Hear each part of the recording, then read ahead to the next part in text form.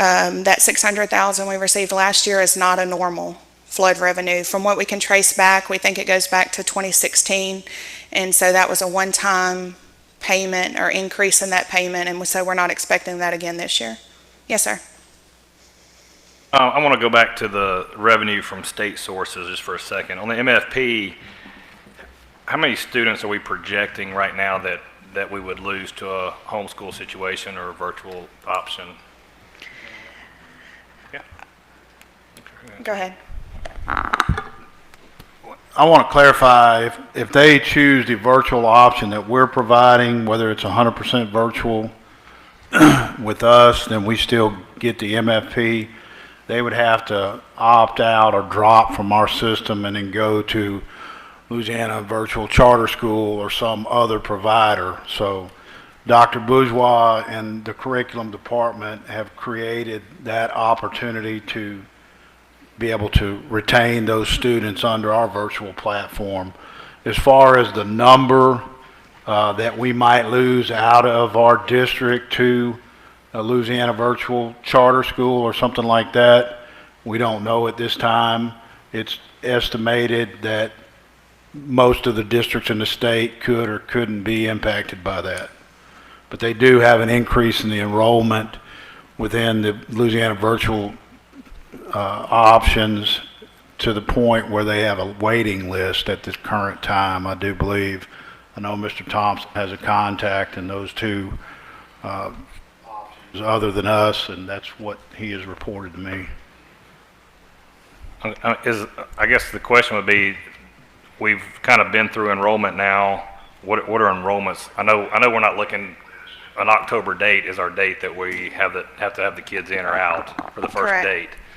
But as far as just general enrollment, As of today, the projected enrollment is 23,075, which is about 300 more than what we had in October 1, or excuse me, the combined count for October 1st and February 1st of last year. So this year is projected to be about 300 higher, but we don't know what the impact that COVID is going to have on those students in terms of numbers. So if everything goes well, we ought to have an increase in enrollment.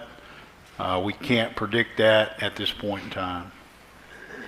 So I did project a decrease. I projected, and I'll have to go back and look for my number of students, but this was done a couple weeks ago, and so I projected a decrease of probably 500 students if we lose that many to virtual. Thankfully, we do have the virtual in-house. Yes, sir. Who was running the meeting, so I was trying to. Do we know how many people are currently enrolled in our full virtual?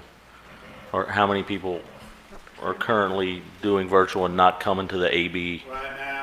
Right now, we have 4,200 approximately. We had 5 switch back to daily attendance today before 10 o'clock at one school. So that's going to be a fluctuating number probably for the next 2 or 3 weeks. We feel like that some people are just testing the waters to see how safe daily attendance or AB attendance is going to be, and I think we all are in agreement when they find out the rigor that the virtual is going to require on their part. It's not going to be similar to what they experienced in March, April, and May. Then there's going to be a greater transition or migration back to the daily attendance. The follow-up question to that, those 4,200, at one time we were told that was going to cost $1,800 per student for them to be enrolled in that software or whatever we're providing. Is that if we would have used a platform where the provider was responsible for the daily instruction, but Dr. Bourgeois and her team shifted back to the regular classroom teacher being the provider to ease the transition back into daily attendance. And so those students would be getting the same exact instruction that they would if they were present, therefore decreasing the gap that was going to be experienced when they did return. So that dollar amount is not in play anymore. The curriculum department took care of that with the teachers providing that instruction as well. Okay, thank you. Ms. Brotherton? Well, my question was, you said about 4,200 was going to the, well, what is that percentage with our enrollment? 20%. 20%, okay. Thank you. Which, if I can add, 20% is low compared to surrounding districts. Caddo currently has 54%. DeSoto is right at 34%, and all points in between with the surrounding districts. So we feel like with the 20%, even though that's high, we're going to see that reduce over the next 3 or 4 weeks. Granted, we don't have a spike in the area that would create even more anxiety. Thank you. Superintendent Downey, what's our strategy and thoughts around how long we're going to allow this back and forth in order to help our teachers kind of solidify things moving forward? How long are we going to allow those changes to go until we say, hey, by this point you got to make a decision because we have to allow our teachers to be able to do what they need to do? We have a 2-week window where we're allowing them the opportunity to make a decision whether they want to commit long-term, which long-term would be for a 9-week period in the middle and elementary schools, and potentially a semester-long commitment in the high schools because of the Carnegie units. Okay, so somewhere around Labor Day, we're going to cut that off? Okay. I was just curious about that. One more, Mr. Cheatham, and then we'll... Just to follow up on the question I asked, and I want to congratulate Dr. Bourgeois and Mr. Downey and everybody. I mean, at 4,200 students, if we would have done what we originally thought we were going to have to do at $1,800 per student, I went to Parkway. My math wasn't quick enough a minute ago, but $7.5 million is what Dr. Bourgeois and her staff saved us by not having to use that software, according to my calculator. Go ahead, Don. I need to make a clarification. The software that we were looking at, the $1,800 per semester, was only for kindergarten and first grade. Okay. And that was only for that group. It was not for anybody else. Okay. And the elementary platform was actually given to us free by the company called Edgenuity, which owns Odysseyware, and that is the virtual platform that we use in our virtual learning academies. Gotcha. Okay. Thank you. All right. One more thing I did want to point out, and I'm sorry I missed over it. On line 26, the state grants, you will see a large increase this year over the prior year. This is going to be the addition of the VW grant for the buses. This is where we'll show that revenue. It's about $1.2 million, and that's the state support on those propane buses that we're getting. Any other questions on revenues? Good deal. On the expenses, and I'm kind of just going to hit some of the highlights so that you'll know a few of things that we're doing. Across the board, you will see that in the prior year, I've reduced the budget for travel, and then in the current year, we're implementing it back specifically for the instructional staff. A lot of their travel is typically in the spring to those major conferences. In the prior year, of course, because of COVID, we didn't have that travel, so we were able to remove those expenses, but this year we will need to add them back.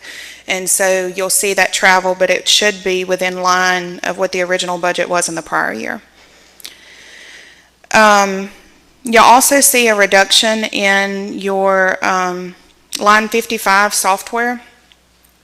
There's a reduction in the current year of what will be charged there. In the prior year, there were some additional costs for online backups, as well as we'll be able to move a portion of these expenses to the BEEF fund. for some of the educational software. And so that'll be, explain the reduction there. Just kind of moving down, unless y'all, if y'all have a line item you're interested in, please let me know. Salaries, we've projected the increases for growth and things like that. We really haven't done much there other than trying to account for new positions. Within the vocational education section, you will see a few changes. There's some reductions for the CDF funds and the MFP funds for vocational.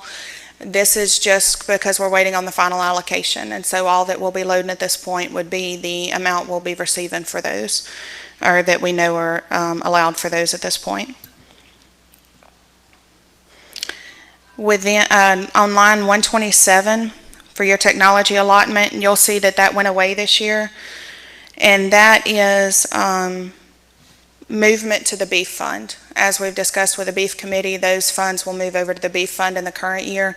You'll actually see that we've added in about $500,000 to the general fund budget that will replace this for infrastructure upgrades for technology. And so those infrastructure upgrades have kind of taken the place of this and what we were able to move over to the beef fund.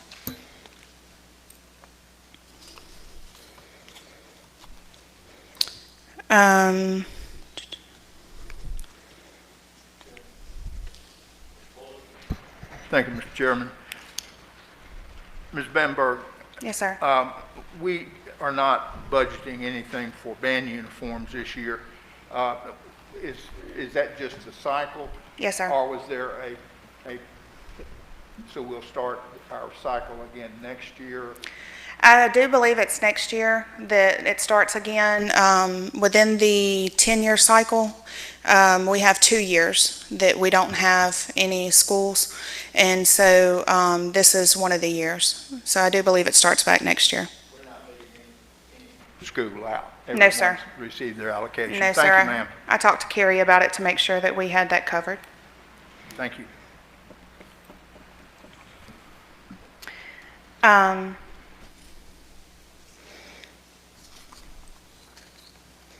A lot of this is really just going to be in line with what we've been spending in the past, specifically in the instructional areas, and just a few changes like that. We do have a change in line 221 for printing salaries. This is one of the printing, the graphic art technicians that has previously been charged to a grant that we'll be picking up in general fund this year. And it's mainly restructuring those charges to make sure that we can justify it within the grant. And so we're accounting for this or picking up this salary, and then we'll charge the grant per printing transaction. And so it should trade out. It should be an even swap on that.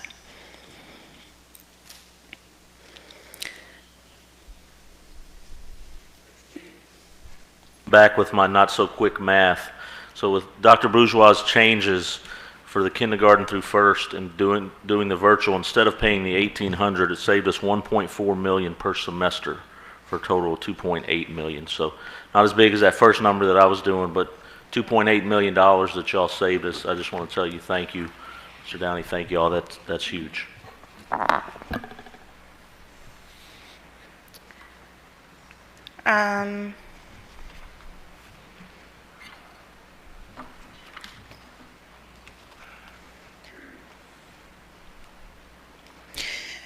In the operations and maintenance, we do have a slight change here.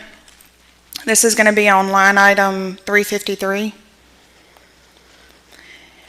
We are projecting a slight increase in the replacement equipment, and this is going to be for mowers, as well as we do need to replace some trucks for the maintenance department. And so we are budgeting in a slight increase, about $30,000 over the prior year, to account for those mowers that we need to purchase, as well as the vehicles.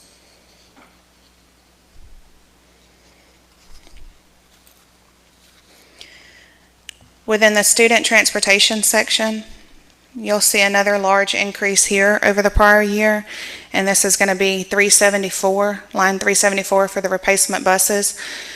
It's going to go from 1.1 million to 2 million this year. Again, that's going to be the propane buses, but we have the additional 1.2 million in revenue that we discussed previously from that VW grant. And so the net will be equivalent to what we've budgeted in the past for buses. You'll also see we have an increase this year in substitutes over the final budget for the prior year. This is not that we're hiring a lot of new subs, although we are having to hire subs. Across the board, we were able to take those, reduce the substitute expense because we were shut down for that 2-month period. And so those are some of the adjustments you'll see from the prior year to this year. We didn't have 2 months of subs in the prior year versus we're still projecting the full year this year. So that'll put it back in line with the prior.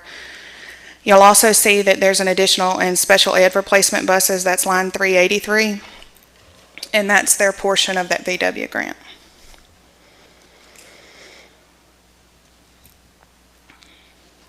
Line 396, this is going to be the demographer.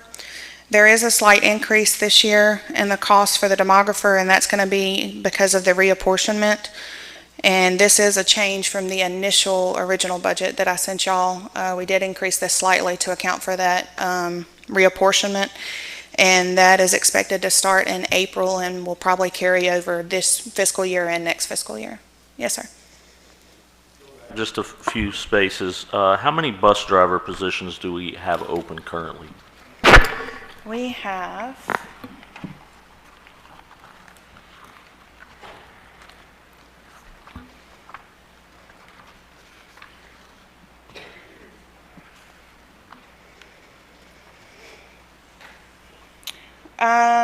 From what we budgeted to the actual number, I'm not showing that we have a lot of open positions.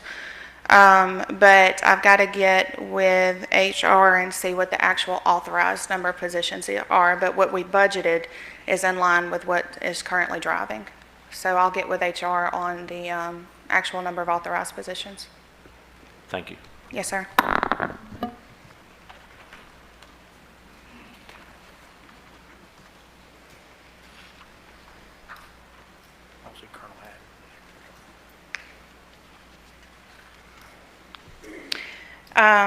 Skipping down to line 443, you will see an increase this year in your indirect costs.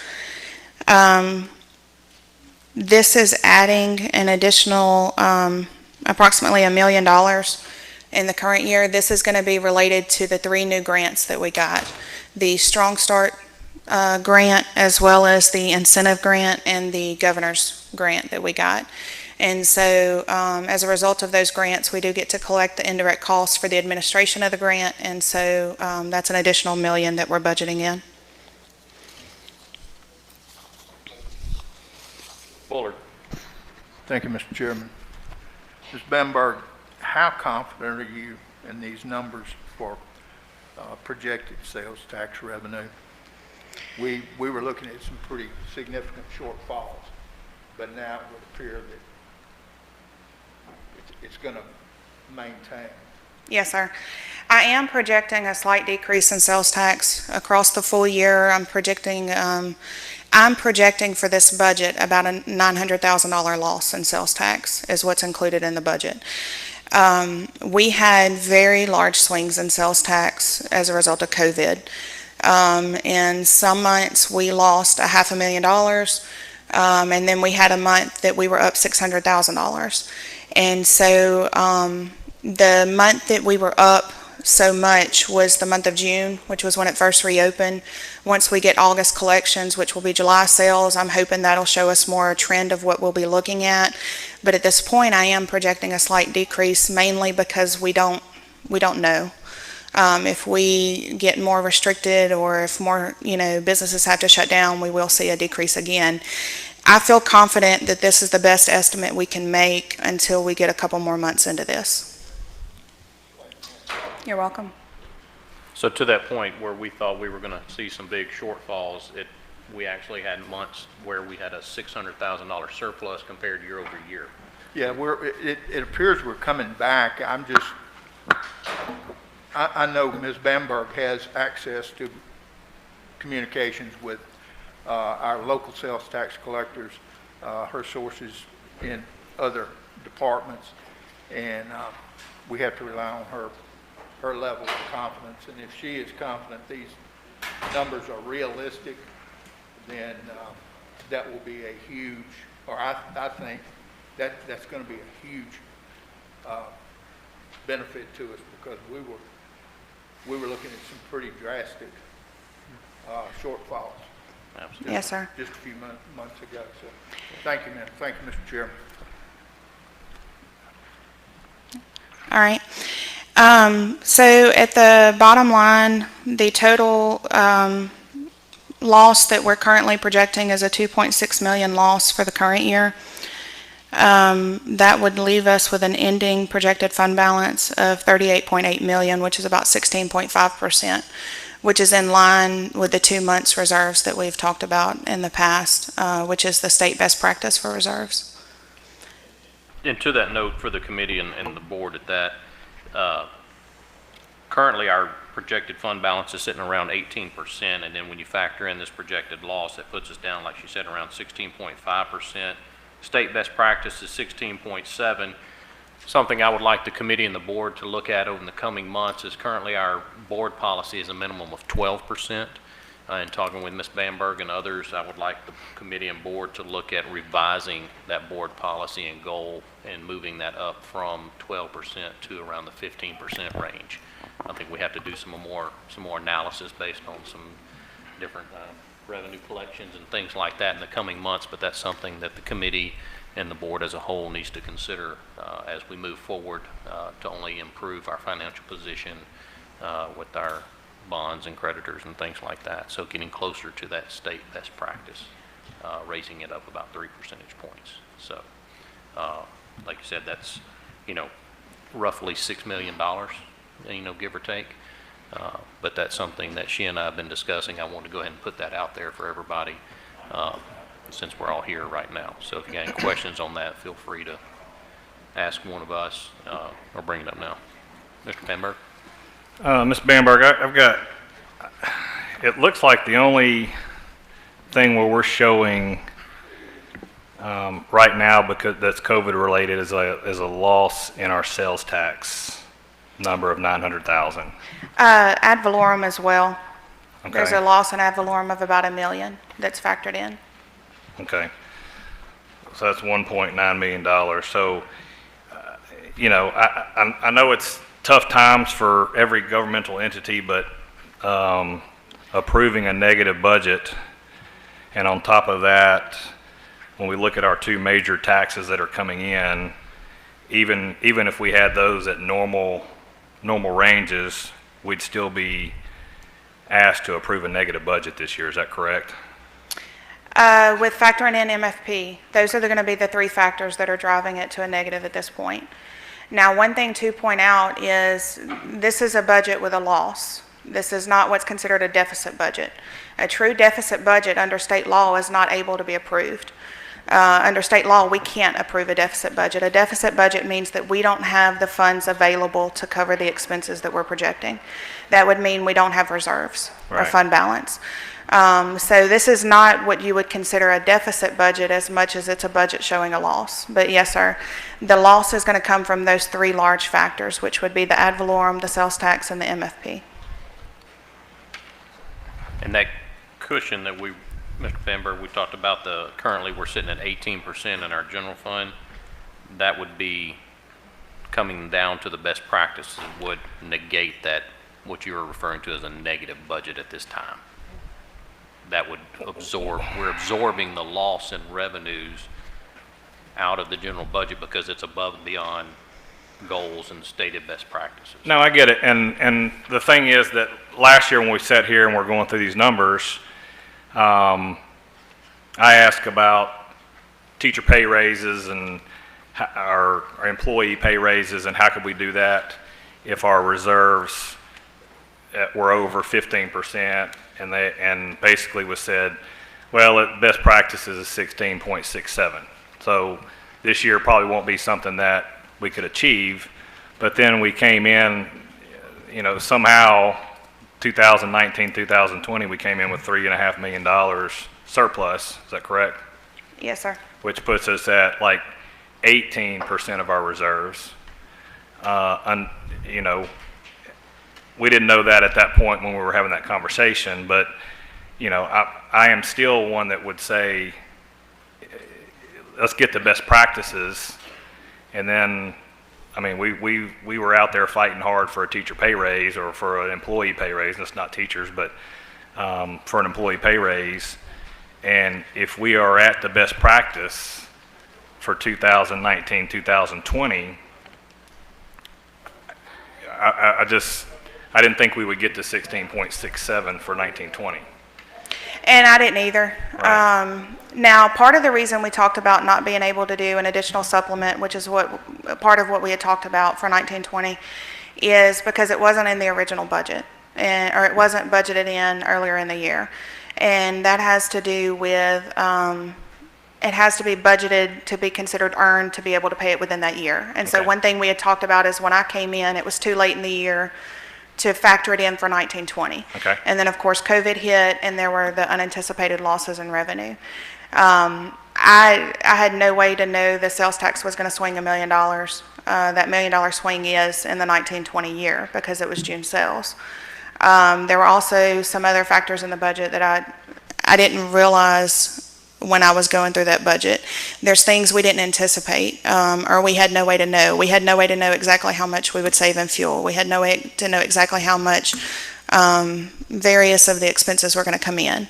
And so the best estimate I could give y'all, and it was a conservative estimate, and that's what we talked about, was that we would have a slight loss for 1920. And so that was the best of my ability. That's what I could tell you. Thankfully, and to me it's a positive, we came in above that. You know what I mean? We came in at a profit instead of a loss. I'm thankful for that. But that was the best estimate I could give you at that point. Disagree with that because I think when we did that last year, nobody thought we were going to attain that level. But looking forward to 2020-21 budget, we also, this year we don't have anything in there for a pay raise. Is that correct? We do not at this point.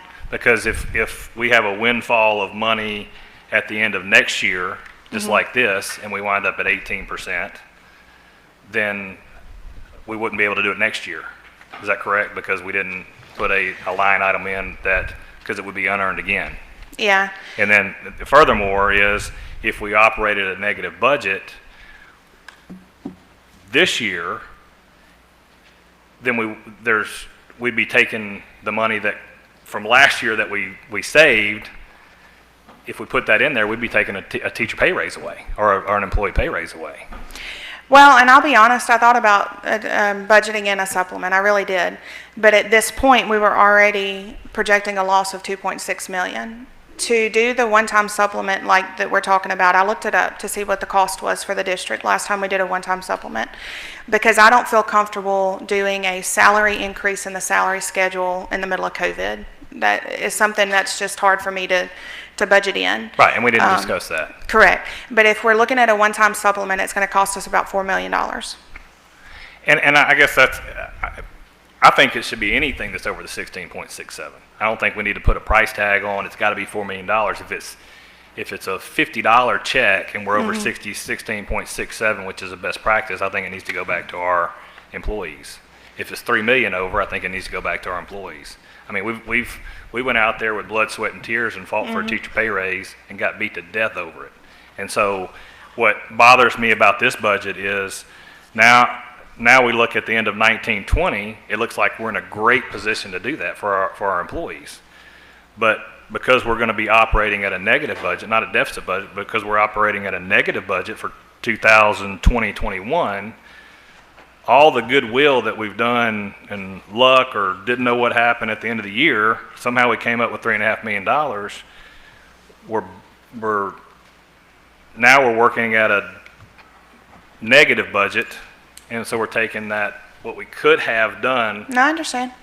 for our staff and our employees, And now there's a possibility that we would be back down at 16.67 at the end of next year, and we still hadn't accomplished anything for our employees. And we can definitely add it in. We can add it into the budget at this point and project it in, a potential supplement. It will increase the loss for the year in this initial budget. But if that's the board's desire, we can definitely add that into the budget. No, I mean, I want it to be attainable. I for one, am going to have a little heartburn over a government entity that works in a negative budget for a year. And yes, some of it's COVID related, and I agree we can put $1.9 million on tax revenues and MFP, but I mean, we would still be operating at a negative budget. Not when you add the three together. Well, The sales tax and the ad valorem is 1.9. The loss in MFP, look at line 18. okay. So that's 2.9.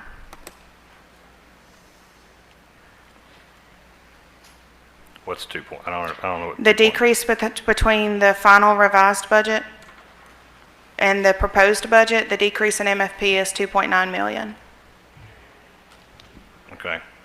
So if you add the three together, the 1.9 million between the tax revenue and the 2.9, that's what's causing the negative in the current year. That's if we gain the children back next year. If we gain the children and we don't have the loss in the MFP, then yes, we'll be better off than what this budget's projecting.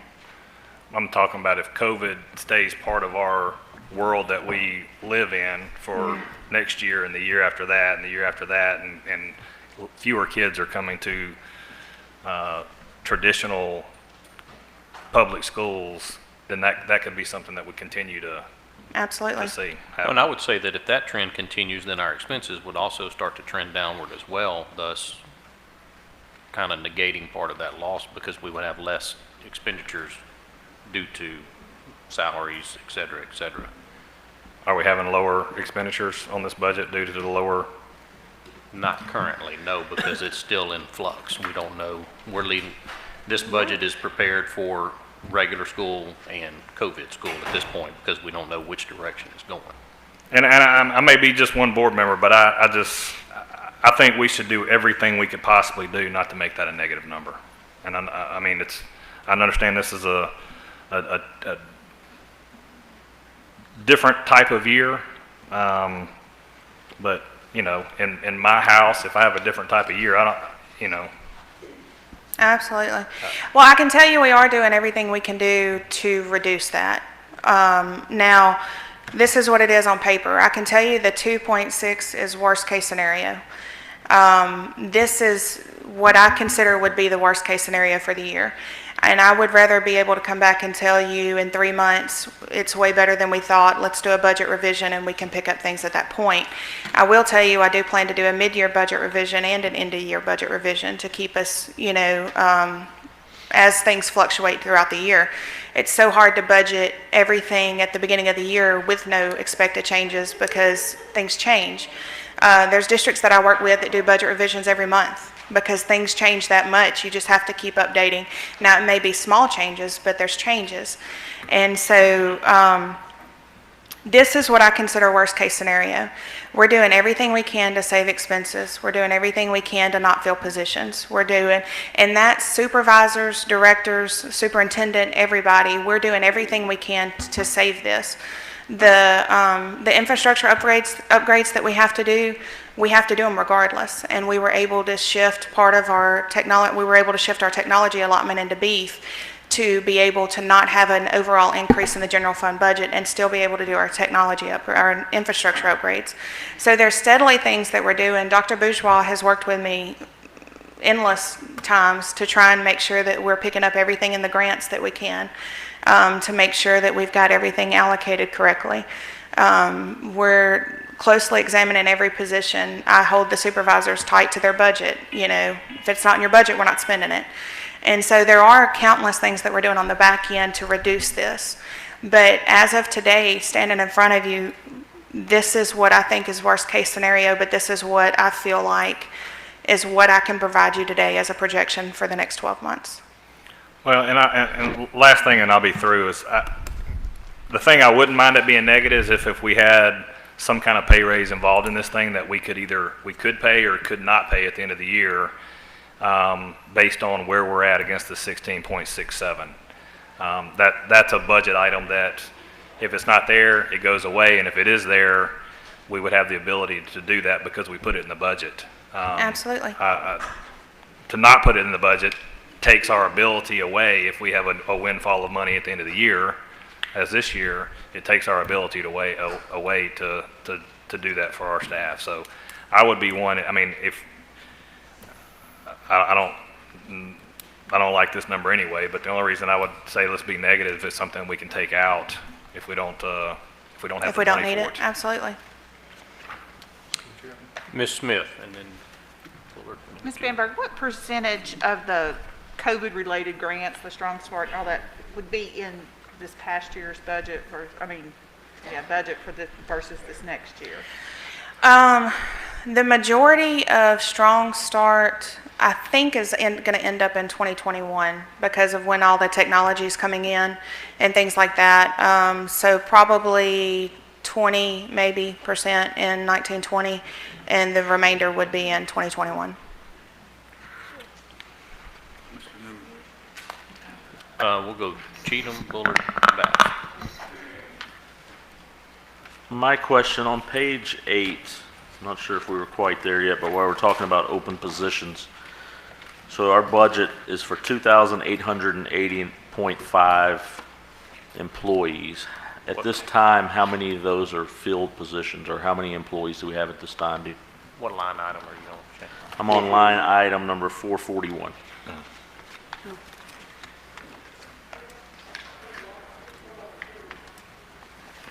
Which one? 441.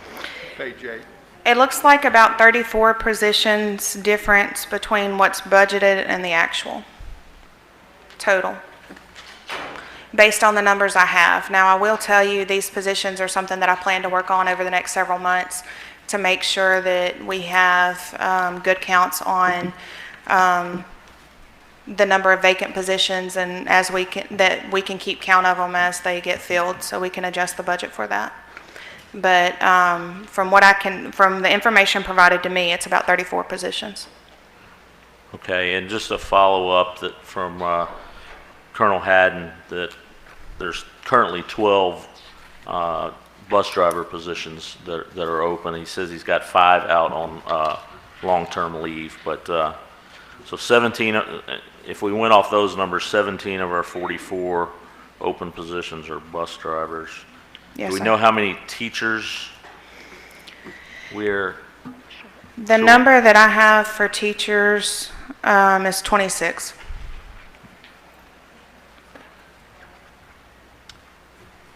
Real quick, Mr. Downey, I think, has a comment towards this. Yeah, of those 26 teachers, some of those are currently working as long-term subs while they're waiting on their certification to be approved through the LDOE. So they are in position to be hired for those slots. And then I believe there are about 12 special ed positions that are unfilled, that we are actively seeking those teachers that are certified in those areas as well. Mr. Bullard. Thank you, Mr. Chairman. Ms. Bamberg, I believe we had an agreement that we reached several weeks ago whereby we will revisit this budget in November. At that time, we will scrutinize it very closely, Yes, sir. and we will make whatever changes are necessary. Absolutely. If any of the worst-case scenarios, I mean, we've had some projections that we were going to have revenue shortfalls of $9 million. And certainly that's not reflected, nowhere close reflected No, sir. in your presentation. We don't know, but I believe we we all have an agreement in November, that's our due date. Yes, sir. We will revisit. I'll tell you that me and my department are going to be watching it very close and working on getting those updates. As soon as we get sales tax and ad valorem deposits, I get notice of them and we go over them at that point since that's our largest. So, Mr. Bass? Thank you, Mr. Chairman. I have two questions. One, the open positions, how much is that in salary and benefits that is open right now as far as the open positions you gave? that's what I need to get more detail on as far as dollar amount. So I've got to do a little more digging to get that dollar amount.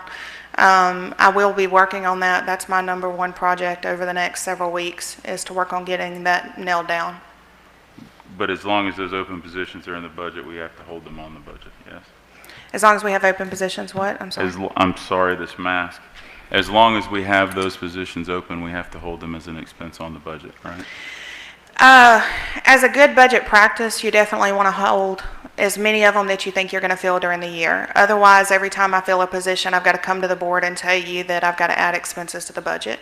And so as a good business practice, we do want to budget as many as we plan to fill within that year. Okay. My next question is this, and this is to Mr. Bamberg's point.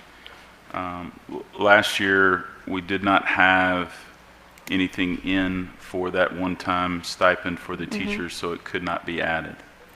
The mid-year budget revisions that you're talking about having quarterly and every 6 months, are those things that can be added during those revisions, or if they're not there at the beginning of the budget when we look at it, it's nothing that we can add at that time? I.e., if this is worst-case scenario and we end up much better than worst-case scenario and those stipends are not in here for our teachers for that pay raise, can they be added at that time?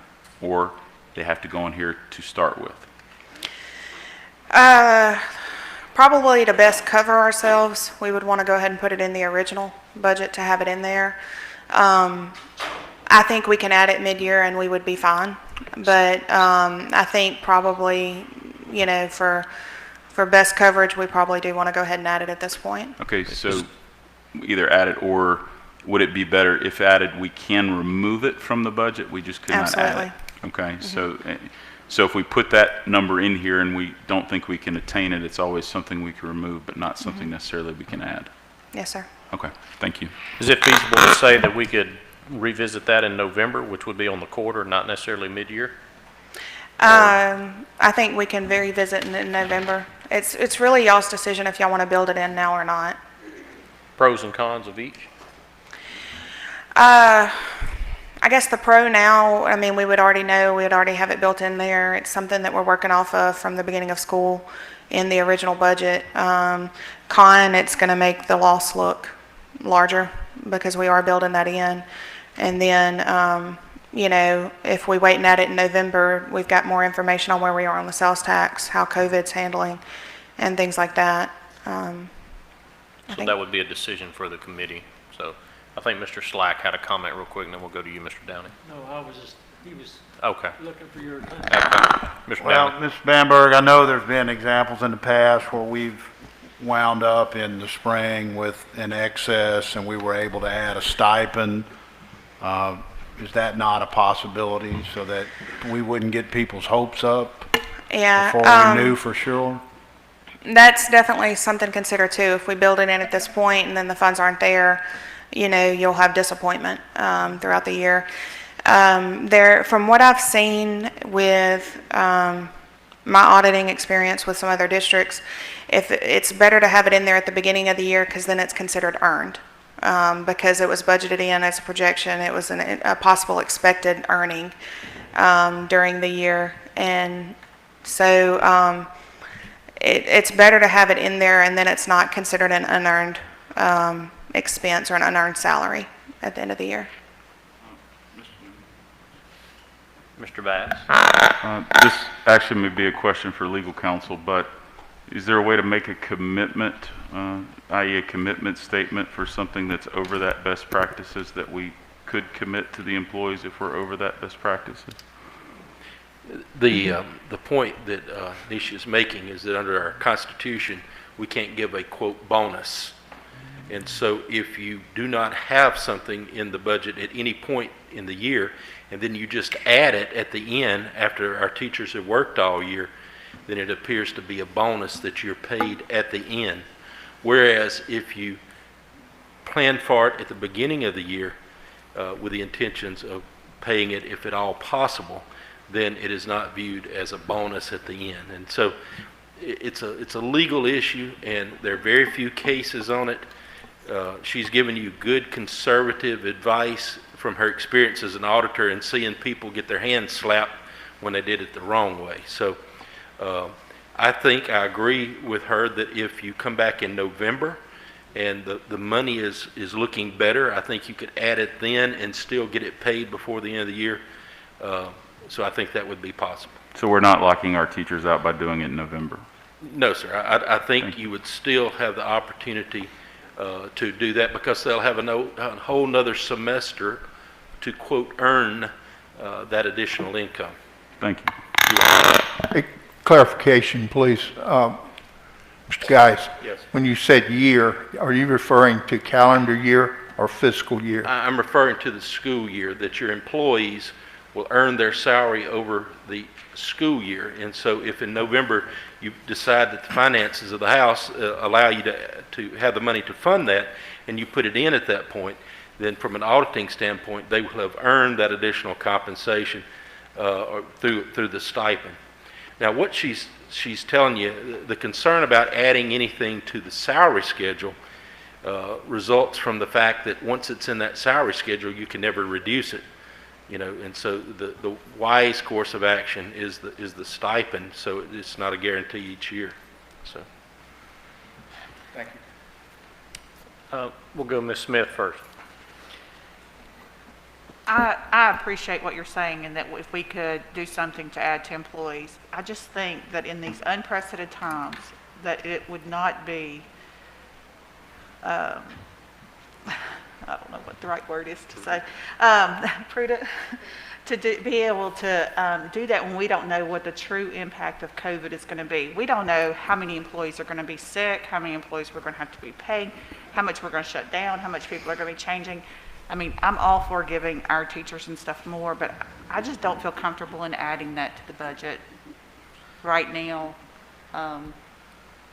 at least until we return to a phase 3 and it sits there for some time where our students are back in and people are comfortable in going out and spending money and bringing in more revenues. That's just my comment. Mr. Bamberg. Well, I mean, I understand what you're saying, but I think as long as I think the problem we did with stipends in the past is we didn't tie it. We didn't tie it. It was the same amount every year, and it became part of an expected pay.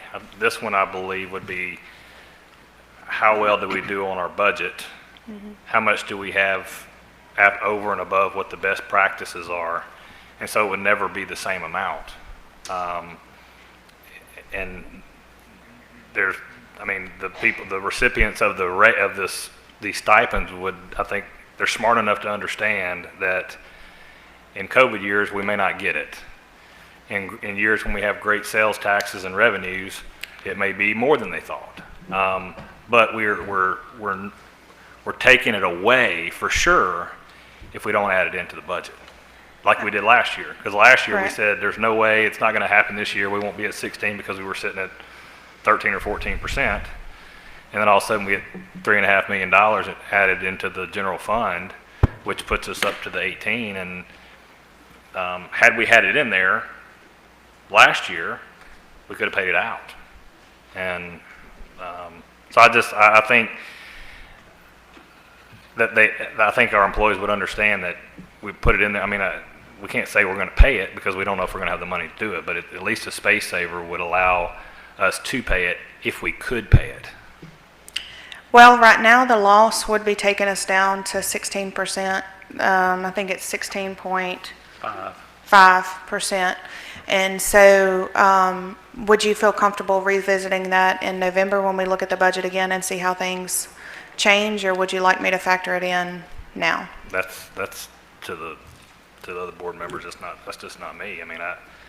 I think whenever we can put it in there, it's fine with me. I gotta know that that's something that we can take out of the budget if we get to the end of the year and we don't have the money, that we have, absolutely, that's the first thing that has to come out of the budget. It's the last thing paid for the year, if we have it. But I just don't think I don't care when we put it in, but I Okay. just think removing it now just takes the whole ability away if tax revenues go up 3 or 4% instead of being down 3 or 4%. I mean, it makes a difference. So, Ms. Brotherton. The only thing I'd like to say, I hear what everyone's saying, and you know me, of all people, would love to give the teachers and our employees a pay raise. I personally think we need to wait until November, revisit in November, like Ms. Bamberg said, and at that point, we should have a better handle on our finances and put it in at that point. I don't think that that should be decided now. Absolutely. That's just my personal viewpoint of it. Ms. Newman. Oh, there you are, Mr. Wiggins. I agree with Ms. Brotherton. We have until November to make a final decision. We may have an October surprise. If we do, we can insert it and go from there. So I think we should wait, not discount it totally, but wait until November and see what happens. Absolutely.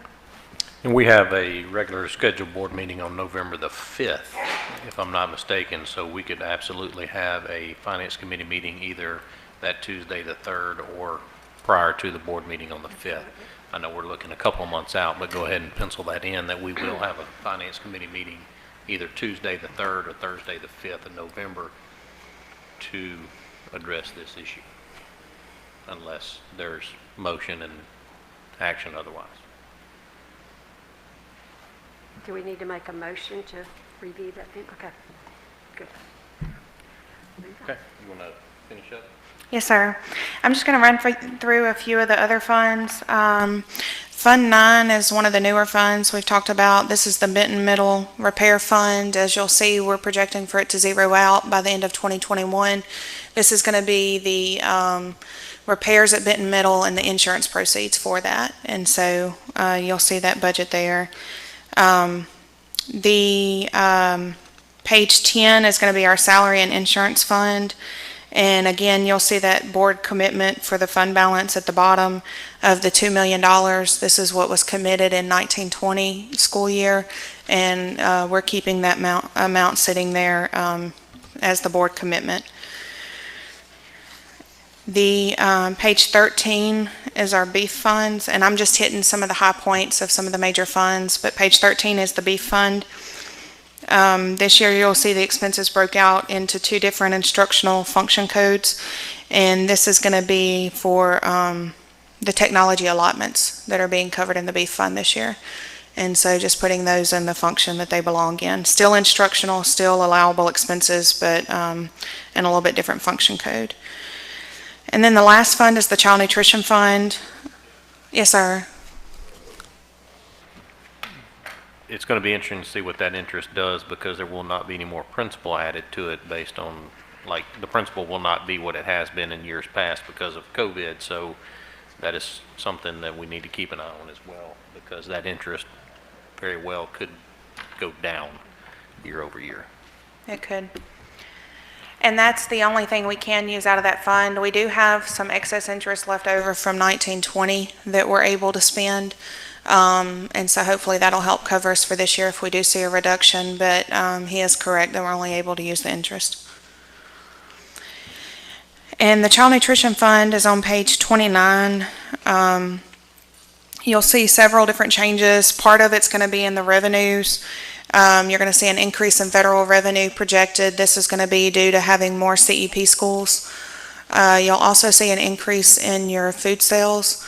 This is going to be due to having the full year. There was a difference or a loss or a reduction in that number in the prior year due to it not being the full year.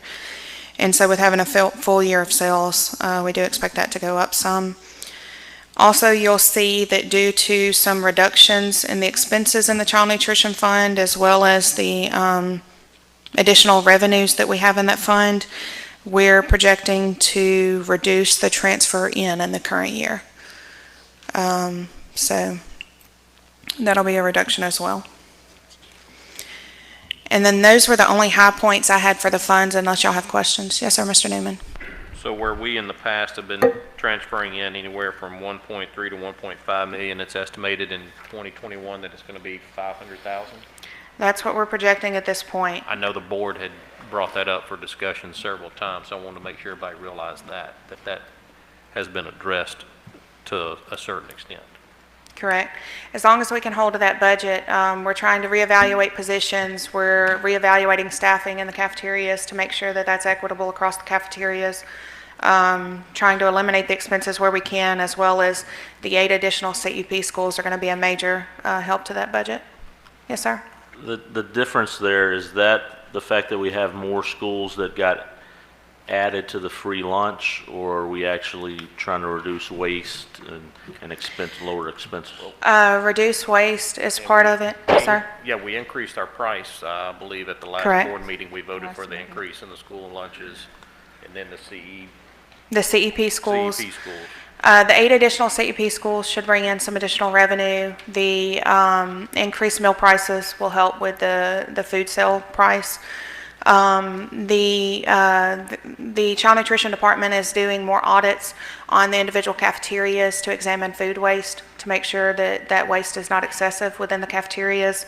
The staffing evaluations that we're doing, we're trying to cut back on positions where we can to help reduce the staffing. The Child Nutrition Department has also implemented the electronic thermometers on the freezers, or the monitors on the freezers for the temperatures. And so now they get alerts anytime we're shut down.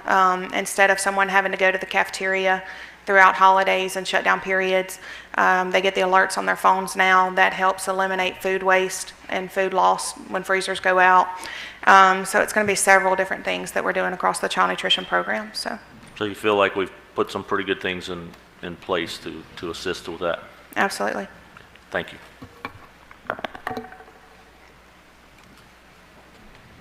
Any other questions on the budgets?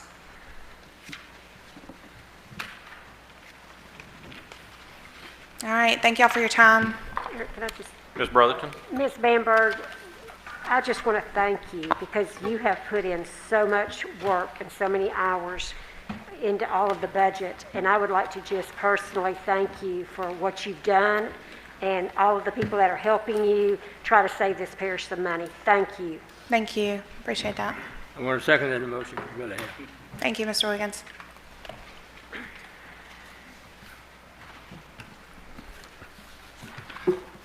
So, council, at this time, do we need to adopt this, or shall we?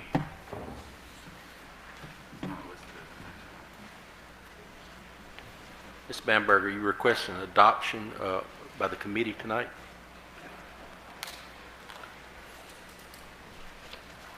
Yes, sir. It'll need to pass out of committee tonight. We'll have the public hearing at the September 3rd meeting, and followed by the board adoption of the budget at that point. But we could add that other. And even if we that is adopt it. correct. So Ms. Brotherton's asking if we can change, so, and granted, this is just coming out of committee tonight, and then it still has to be advertised, and then it still has to be approved at the September 3rd meeting by the board itself, because this is just a committee, but it is made up of the whole board. Mr. Geis? Yes, sir. Mr. President, I would recommend that the committee, this is technical, but we're dealing with a budget, that the committee amend its agenda tonight to make this an action item, to adopt or approve the budget. It's listed as a discussion only, but in light of the time deadlines and the need to have the hearing, I'd recommend it takes a unanimous vote. But due to its urgency, I'd follow the technicality, have a vote to amend the agenda to consider approving the budget out of committee, and then take that vote. So it all be in together. Well, Mr. Newman would do that, right? Yep. Chairperson. Yep. I'm sorry, Mr. You good? You're good. You heard guidance from Mr. Bamberg. Is this for both budgets, or? This is the 2021. We've already approved the 1920. That's just, that's for the. We've already approved 1920. This would just be for 2021 moving forward. Correct. We've approved it, and I mean, that's the first time I saw that we had a $3.5 million, we approved the $3.5 million number? That is an actual that you're seeing. The Okay. budget itself was approved. last year? The 1920 budget was approved. Okay, so at the end of the year, we don't have to ratify that? No, Okay. not unless there's an over 5% difference on revenues or expenses. And so we had a better than the budget that was adopted, and so we wouldn't have Nothing to big. Okay. do a budget revision for that. Yes, sir. So we heard guidance from counselor. Do I have a motion to amend the agenda? I'll make the motion. I'll second. I have a motion by Ms. Brotherton. I have a second by Mr. Wiggins. If the committee would, we are voting to to amend the agenda item to have action on the budget. And Not then we to will approve, not to approve the numbers? Correct. This vote is just to amend the agenda to make this an action item. Okay, so we have the motion by Ms. Brotherton, a second by Mr. Wiggins. If the committee would please vote to amend the agenda. It is unanimous. Agenda has been amended. And so now we have item number 2 on the agenda, which was the discussion, review, and possible action to adopt the proposed budget for the 2021 school year. Mr. Chairman, I make a motion that we accept and adopt the proposed 2020-2021 budget as presented. I have a motion by Mr. Bullard. I have a second by Mr. Dean. Committee, this would be the vote to approve the 2021 budget. Is there any comment from the public? Okay, we offered public comment. Committee, if you would please vote.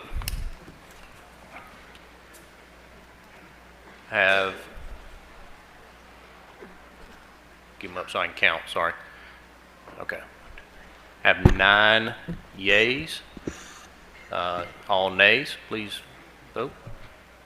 And 3 nays.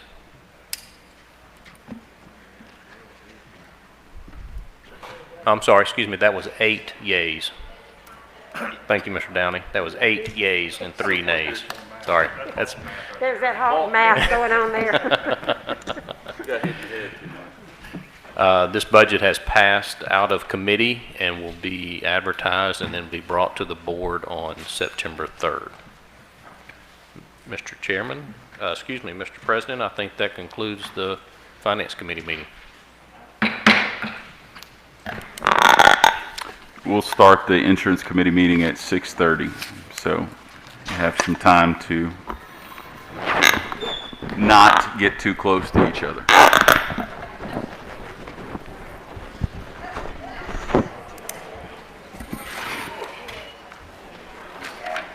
Well, they didn't even do it.